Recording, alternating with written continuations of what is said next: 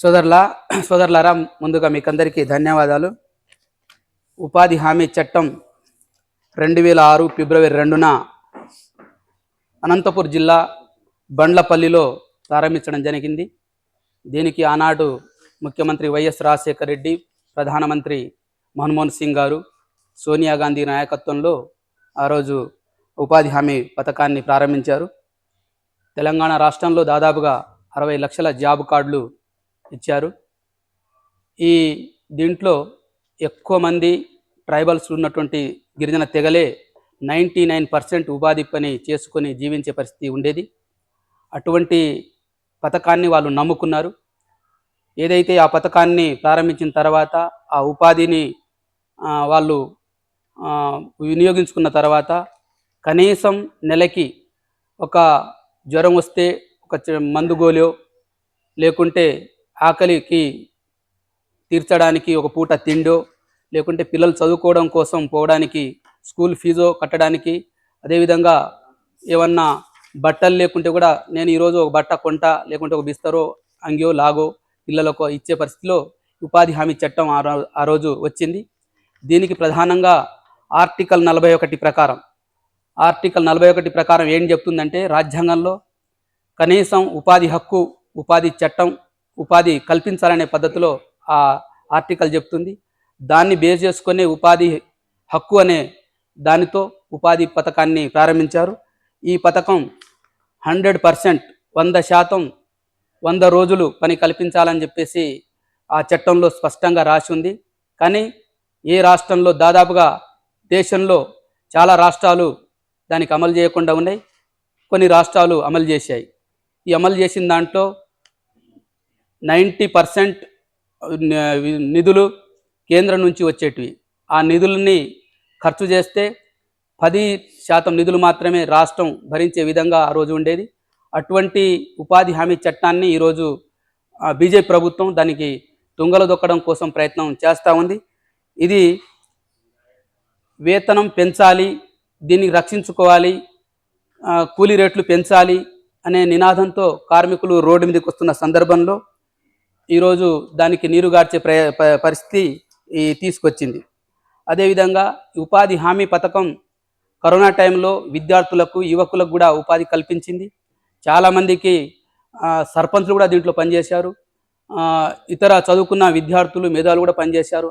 అటువంటి పథకాన్ని రద్దు చేయడం అంటే దుర్మార్గమైనటువంటి చర్యగా ఈరోజు బీజేపీ ప్రభుత్వం చేస్తూ ఉంది.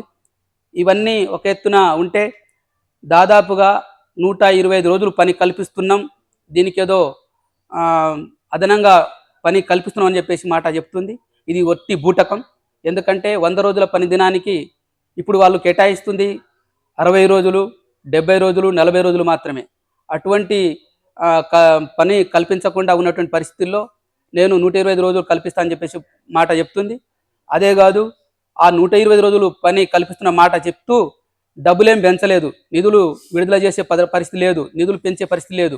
కానీ ఆ నిధులనే చూపెడుతూ 120 రోజులు పని కల్పిస్తా అని చెప్పేసి బీజేపీ ప్రభుత్వం చెప్తుంది. ఇది దుర్మార్గమైనటువంటి పరిస్థితి ఉన్నది.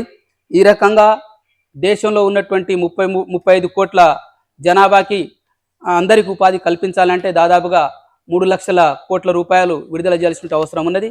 అటువంటి చేయకుండా ఏదో నామమాత్రం పేపర్లో ప్రకటనలు చేస్తూ ఆ రకంగా మోసం చేసే పరిస్థితి చేస్తూ ఉంది. అదే కాదు, గ్రామంలో గతంలో ఉన్నటువంటి ఉపాధి చట్టంలో గ్రామంలోనే మేము ఇదిగో ఈ చెరువు కట్ట వేసుకుంటాం, లేకుంటే ఈ చిలకను చదును చేసుకుంటాం, లేకుంటే ఈ ప్రభుత్వ బిల్డింగ్ని కడతాం, లేకుంటే ఈ చెత్తాచెదర ఉన్న చెరువు కట్టల్లో ఉన్నటువంటి అన్ని శుభ్రం చేస్తాం. ఈ రకంగా పని కల్పించడం కోసం ఆ గ్రామంలోనే తీర్మానం చేసి ఆ రకంగా ఉపాధి కల్పించుకోవడం కోసం అది ఉపయోగపడేది.